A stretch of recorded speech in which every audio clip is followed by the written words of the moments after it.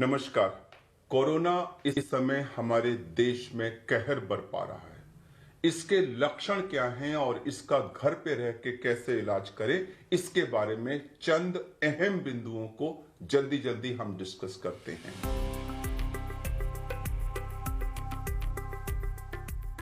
सबसे पहली चीज, इसके लक्षण क्या हैं। सबको मालूम है कि यह बुखार से प्रेजेंट करता है, लेकिन इस समय कई लोगों में पहला सिम्टम बुखार नहीं होता है। नाक बहना, आंख लाल हो जाना, गले में खराश होना, जुकाम जैसे सिम्टम होना, हेडेक होना, बॉडी एक होना या बदन टूटा टूटा सा लगना, नौशिया, वॉमिटिंग, डायरिया, रैशेस पर जाना, इस तरह के भिन्न भिन्न सिम्टम्स से इस समय ये कोविड शुरू हो रहा है। और कुछ लोगों में बाद में बुखार आता है, कुछ लोगों में बहुत हल्का सा आता है। इंपॉर्टेंट चीज यह है कि आज के परिप्रेक्ष्य में जहां इतना मैसिव इन्फेक्शन कम्युनिटी में है, अगर इनमें से कोई भी सिम्टम आपको हो तो वो कोरोना है, अनलेस प्रूव अदरवाइज। अब इनमें से कोई भी सिम्टम होने की स्थिति में क्या करें? आइडियली हमको तुरंत टेस्ट कराना चाहिए, आरटी-पीसीआर टेस्ट कराना चाहिए। प्रॉब्लम यह है कि इस समय कई जगह आरटी-पीसीआर टेस्ट अवेलेबल नहीं है या उसके लिए वेटिंग लिस्ट है, और आप करा भी लें तो कई जगह 3-3, 4-4 दिन में रिपोर्ट आ रही है। तो जब तक आप रिपोर्ट नहीं आती तब तक क्या करें? सबसे अहम बिंदु इस समय यह है कि कोई भी सजेस्टिव सिम्टम अगर है जो मैंने एन्यूमरेट किए इनमें से, तो आप रिपोर्ट का वेट न करें, तुरंत उसको कोरोना मान के अपने को क्वारंटाइन करें। इस समय जो 3.5-4 लाख के लेवल पे हमारा इन्फेक्शन जा रहा है, उसको रोकने का एकमात्र तरीका यही है कि हर सस्पेक्टेड व्यक्ति टेस्ट की रिपोर्ट आने से पहले अपने को क्वारंटाइन कर ले। अगर आपने ऐसा नहीं किया और 4-5 दिन तक आप अपने को नेगेटिव मान के घूमते रहे कि जब पॉजिटिव डिक्लेयर होऊंगा तब मैं क्वारंटाइन करूंगा, तो उस बीच में आप अपने घर के और अपने आसपास के बहुत सारे लोगों को इन्फेक्शन दे चुके होंगे। इसलिए बहुत अहम बिंदु है कि सस्पिशियस सिम्टम होते ही अपने को क्वारंटाइन करें। उसके बाद ट्रीटमेंट शुरू होता है। आरटी-पीसीआर रिपोर्ट अगर पॉजिटिव आई तो आप कोरोना हैं, लेकिन अगर नेगेटिव भी आई तो सिम्टम्स को हम इस समय कोरोना मान के ट्रीट कर रहे हैं, क्योंकि 30 से 35% केसेस में रिपोर्ट नेगेटिव आती है और आजकल शायद ये नंबर कुछ ज्यादा ही हो रहा है। इसलिए symptoms are corona. Positive report है तो ठीक है, नेगेटिव है तब भी हम उसको कोरोना ट्रीट करेंगे। अब आया ट्रीटमेंट पार्ट। तो इसमें 90% लोगों को माइल्ड सिम्टम्स होते हैं जिसका होम ट्रीटमेंट हो सकता है। मगर मैं बता दूं कि होम ट्रीटमेंट का मतलब सेल्फ ट्रीटमेंट नहीं है। होम ट्रीटमेंट का मतलब है घर में रह कर के डॉक्टर की निगरानी में ट्रीटमेंट। आपका फैमिली डॉक्टर हो, आपके आसपास के डॉक्टर हो, गवर्नमेंट हॉस्पिटल के डॉक्टर हो, प्राइवेट हो, जो भी हो, आप टेली कंसल्टेशन करिए, उनसे टेलीफोन पर एडवाइस लीजिए और उसको घर में रहकर फॉलो करिए। यह बहुत अहम बिंदु है। सेल्फ ट्रीटमेंट कृपया ना करें। अब मैं आपको कुछ चंद बिंदु ट्रीटमेंट के बता देता हूं, जिसमें हम 6M अप्रोच जिसको कहते हैं। 6M क्या क्या है? पहला M है मिक्सिंग, यानी कि मिक्सिंग ना करें। दूसरा M मेडिसिन के बारे में। तीसरा M है मॉनिटरिंग अपनी कैसे करें। चौथा M है मील्स के बारे में। पांचवा M है माइंडसेट एंड एक्टिविटीज। और छठा M है मूवमेंट टुवर्ड्स हॉस्पिटल। हॉस्पिटल कब जाने की जरूरत है। इन 6 M को हम जल्दी से डिस्कस कर लेते हैं, मगर मैं दोबारा कह दूं कि यह केवल एक आपकी सहायता के लिए है। कृपया इसको फाइनल डॉक्टर्स एडवाइस ना माने। आप किसी न किसी डॉक्टर से टेली कंसल्ट जरूर करें होम ट्रीटमेंट करते समय। पहला मिक्सिंग, जैसा कि मैंने कहा, सस्पिशियस सिम्टम आते ही अपने को घर वालों से अलग करें, उनके साथ मिक्स ना करें, नहीं तो आप उनको भी इन्फेक्ट करेंगे। अगर आपके घर में कई कमरे हैं तो एक कमरा जिसमें अटैच्ड बाथरूम है वो आप चुनिए, उसके अंदर अपने को बंद कर लीजिए। जो दरवाजा बाकी घर की तरफ खुलता है उसको बंद कर दीजिए। अगर उस कमरे में बाहर में खुलने वाली खिड़कियां हैं तो उनको खोल दीजिए। बाथरूम का एग्जॉस्ट ऑन कर दीजिए। इससे आपके सांस से निकलने वाली जितनी भी हवा है, जो एरोसॉल है, वो घर की तरफ जाने की जगह वो बाहर चला जाएगा और घर वालों को संक्रमण का चांस कम हो जाएगा। जो आपका खाना पीना वगैरह आना है, वो कमरे के बाहर एक स्टूल रख दीजिए और उस स्टूल पे वो खाना रख देंगे और हट जाएंगे वहां से। आप अच्छी तरह मास्क लगा के दरवाजा थोड़ा सा खोलिए, वो खाना उठा के अंदर ले लीजिए और फिर दरवाजे को बंद कर दीजिए। इससे आप दूसरे लोगों को संक्रमित होने से बचा सकते हैं। अब अगर आपके कमरे में, घर में थोड़े से कमरे हैं, तो स्पेशली अगर आपके घर में वृद्ध दादी, बाबा, नानी, नाना ऐसे लोग हैं, तो उनको अगर संभव हो तो किसी दूसरे घर में भेज दीजिए, क्योंकि अगर आप उसी कमरे में उन लोगों के साथ रहे तो उनको संक्रमण जरूर हो जाएगा। तो जैसे भी हो अपने को क्वारंटाइन करें, अपने को आइसोलेट करें और घर वालों के साथ मिक्सिंग ना करें। इससे हम कोरोना के चेन को, संक्रमण की चेन को तोड़ेंगे। ये था पहला बिंदु, मिक्सिंग। दूसरी बात आई मेडिसिन की। मेडिसिन क्या क्या ले? तो जो मेडिसिन सबसे इंपॉर्टेंट है वो है बुखार को रोकने वाली पैरासिटामोल। बुखार हल्का भी हो सकता है और 102, 103, 104 तक भी हो सकता है। बीच बीच में आएगा जाएगा ऐसा भी हो सकता है और कंटिन्यूअस हाई भी हो सकता है। बुखार से हमारा शरीर एकदम टूट जाता है और उसको कम करना बहुत जरूरी है। तो हम 650 मिलीग्राम पैरासिटामोल को 6-6 घंटे पर लेने के लिए कहते हैं, जिससे प्रायः बुखार उतर जाता है। अगर इसके बाद भी बुखार ना उतरे तो हमें बीच में फिर कोल्ड स्पॉन्जिंग यानी कि ठंडे पानी की पट्टियां हाथ पे और पैर पे और माथे पे रख के बुखार को उतारना बहुत जरूरी होता है। सबसे जरूरी दवा इस कोविड की पैरासिटामोल है। अब उसके अलावा बहुत सारी चीजें दी जा रही हैं, vitamin C, vitamin D, zinc और बाकी सारी चीजें, वो आप ले सकते हैं। डॉक्टर के प्रिस्क्रिप्शन में अवश्य वो लिखी होंगी, लेकिन मैं ये बता दूं कि उनसे कोई पहाड़ चेंज नहीं आने वाला। जरूर लीजिए, उनसे कोई नुकसान नहीं होता है। कुछ एंटीबायोटिक्स दी जा रही हैं, जैसे कि एजिथ्रोमाइसिन और डॉक्सीसाइक्लिन, वो भी ज्यादातर लोग प्रिस्क्राइब कर रहे हैं। लेकिन मैं क्लैरिफाई कर दूं कि रिसर्च में माइल्ड सिम्टोमेटिक केसेस में उनके देने या ना देने से आउटकम में कोई फर्क नहीं पड़ा है। आप ले लें, मुझे कोई ऑब्जेक्शन नहीं है, लेकिन उनसे गैस्ट्राइटिस वगैरह काफी होती है। माइल्ड केस में अगर आप नहीं भी लेंगे तो कोई फर्क नहीं पड़ेगा। सबसे जरूरी चीज है पैरासिटामोल।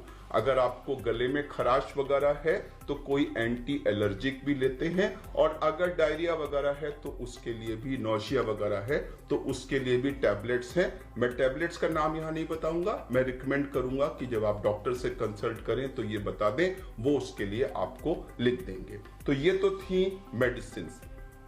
कुछ और मेडिसिन भी दी जा रही हैं, आइवरमेक्टिन है, हाइड्रोक्सीक्लोरोक्विन वगैरह है। मैं दोबारा कह दूं कि किसी भी रिसर्च में इन मेडिसिन से आउटकम में कोई फर्क नहीं पड़ा है।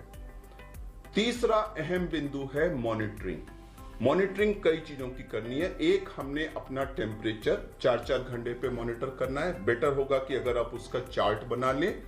सबसे ज्यादा इंपॉर्टेंट मॉनिटरिंग है हमारी ऑक्सीजन की, जिसमें कि एक पल्स ऑक्सीमीटर आता है, जिसमें अंदर आप देखेंगे ऑन करके तो एक तरफ रेड लाइट आती है।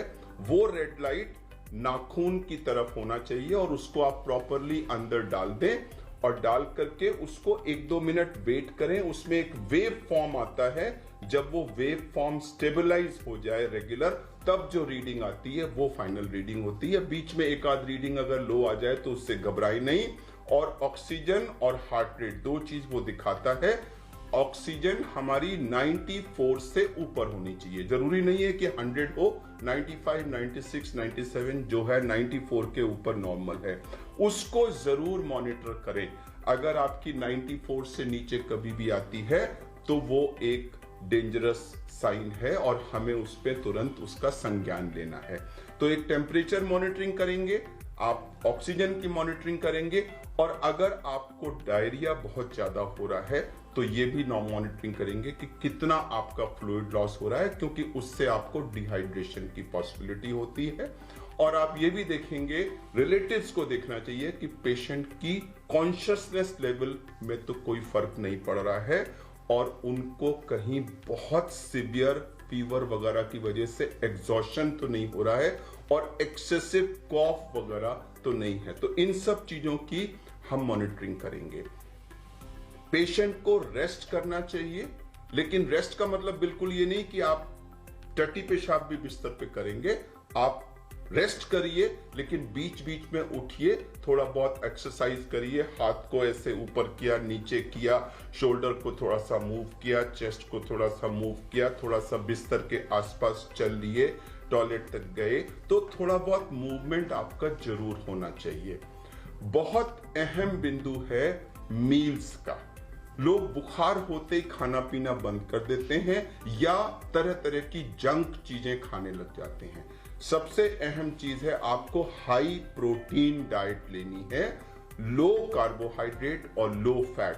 फैट यानी कि जितनी भी चिकनाई वाली चीजें हैं और खासकर से जो बाजार से आने वाले जंक फूड्स हैं, कृपया उनको पूर्णतः अवॉइड करें। कार्बोहाइड्रेट यानी कि पेस्ट्री और इस तरह की जो मीठी चीजें हैं वो भी जहां तक संभव हो कम से कम मात्रा में लें। आपको प्रोटीन चाहिए। प्रोटीन किस में मिलेगा? नॉन वेज फूड में प्रोटीन होता है, लेकिन उसको कम से कम घी में बनाएं। एग्स में प्रोटीन होता है, वेजिटेरियंस के लिए पनीर में प्रोटीन होता है, सोयाबीन में 40% प्रोटीन होता है, तो सोयाबीन का आटा का रोटी बना लें, सोयाबीन की किसी भी तरह की प्रिपरेशन ले लें, इन सब में प्रोटीन होता है। फ्रूट्स को, फ्रेश फ्रूट्स को ज्यादा से ज्यादा मात्रा में लें। फ्रेश फ्रूट जूस भी ले सकते हैं। जो कैंड जूसेस वगैरह बाजार से आते हैं उनको जहां तक संभव हो अवॉइड करें। बहुत इंपॉर्टेंट है कि आप हर थोड़ी थोड़ी देर में, आधे आधे घंटे में कुछ ना कुछ खाते रहें, ताकि पेट में कुछ ना कुछ खाना पहुंचता रहे, जिससे गैस्ट्राइटिस कम होती है। पानी की मात्रा यानी पीने वाली यानी लिक्विड्स की मात्रा 24 घंटे में 2.5 लीटर से ऊपर होना चाहिए, अनलेस कि आपको किडनी की या हार्ट की कोई प्रॉब्लम है और फ्लूइड रिस्ट्रिक्शन पे है तो अलग बात है। अगर आप नॉर्मल पर्सन हैं तो आपको 2.5-3 लीटर फ्लूइड जरूर लेना है, जिससे बॉडी में डिहाइड्रेशन ना हो। तो ये हुई हमारी मील्स की बात। बहुत अहम बिंदु है हमारा माइंडसेट और हम कैसा सोच रहे हैं। इस समय पूरा देश एक पैनिक की स्थिति में है, हर घर इसकी वजह से टेंस है। मैं आपको बता दूं कि जब हम पैनिक होते हैं, टेंस होते हैं, परेशान होते हैं, तो उस समय हमारे शरीर में बहुत सारे स्ट्रेस हार्मोन्स रिलीज होते हैं। एड्रेनलिन उनमें से एक है। उस समय हमारे शरीर की स्थिति ऐसे ही होती है जैसे कि गाड़ी को आप फर्स्ट गियर में जब स्टार्ट करें। आप इमेजिन करिए, अगर आप किसी गाड़ी को फर्स्ट गियर में स्टार्ट करके 100 किलोमीटर ले जाएं तो इंजन का क्या हाल होगा। तो उसी तरह से अगर आप अपने को टेंस रख के कई दिन तक रखेंगे तो सोचिए शरीर पे कितना बुरा असर पड़ेगा। हमारा इम्यून सिस्टम कम हो जाएगा, हमारे बॉडी की इन्फेक्शन को लड़ने की कैपेसिटी कम हो जाएगी।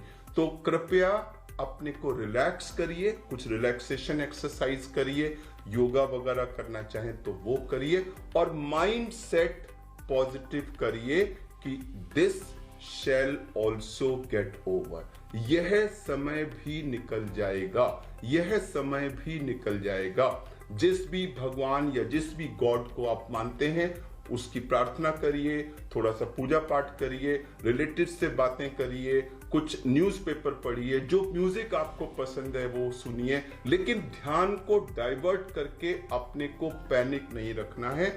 अगर आप पॉजिटिव माइंडसेट में रहेंगे तो मैं आपको विश्वास दिलाता हूं कि आपकी रिकवरी फास्टर होगी, और अगर आप बिल्कुल पैनिक और टेंस मोड में रहेंगे तो आप अपने को मॉडरेट या सीवियर डिजीज की तरफ पुश कर रहे हैं। अब आखिरी बिंदु आया कि रेड फ्लैग यानी डेंजर साइंस क्या क्या हैं और किस स्थिति में हमें होम केयर को अबैंडन करके अस्पताल भागने की जरूरत है। कभी भी अगर आपका ऑक्सीजन 94 से कम आ रहा है तो आपको तुरंत हॉस्पिटल को संपर्क करना चाहिए। इसका मतलब ये नहीं कि आप 93 आया तो पैनिक करके भागें। अगर 94 से कम हो रहा है तो अस्पताल में बेड अरेंज कराने की प्रक्रिया शुरू करा दें। अगर कम होता है तो उस समय सेल्फ प्रोनिंग हम तुरंत कर सकते हैं, जिससे हमारा ऑक्सीजन लेवल बढ़ जाता है। और उसके बाद ऑक्सीजन अगर घर में हो सकती है तो उसका इंतजाम करिए, और इन द मीन टाइम आप अस्पताल जाने की प्रक्रिया शुरू करिए। ऑक्सीजन कम होना, continuous fever, excessive coughing, exhaustion, severe diarrhoea और ऑल्टरेशन इन सेंसोरियम, तो ये 6 रेड फ्लैग साइंस यानी खतरे के लक्षण हैं। इनमें से कोई भी अगर दिखता है तो आप होम आइसोलेशन को अबैंडन करके आपको तुरंत अस्पताल जाने की जरूरत है। तो ये हमने कुछ चंद उपाय बताए हैं, लेकिन अंत में मैं दोबारा ये कहना चाहूंगा कि ये वीडियो डॉक्टर की एडवाइस या रिप्लेसमेंट नहीं है, ये केवल आपकी मदद के लिए है। होम आइसोलेशन का मतलब सेल्फ ट्रीटमेंट नहीं है। होम आइसोलेशन का मतलब है किसी डॉक्टर की टेली कंसल्टेशन के अंडर में घर में स्वयं ट्रीटमेंट। इसमें बताई गई बातें आपको होम ट्रीटमेंट में थोड़ा सा मदद करेंगी। सुनने के लिए धन्यवाद। आपकी जल्दी रिकवरी की